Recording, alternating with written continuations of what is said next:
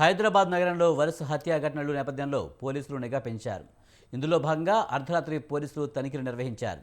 West zone task force సిబ్బంది నగరంలోని జూబ్లీహిల్స్, బోరబండ, రహమత్ నగర్ పరిసర ప్రాంతాలతో సహా ఇతర ప్రాంతాల్లోనూ గస్తీ తిరుగుతున్నారు.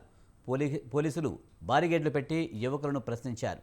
శాంతి భద్రతలకు కాపాడడం, సంఘ వ్యతిరేక అంశాలకు చెక్ పెట్టడం లక్ష్యంగా పోలీసులు బందోబస్తును పెంచారు.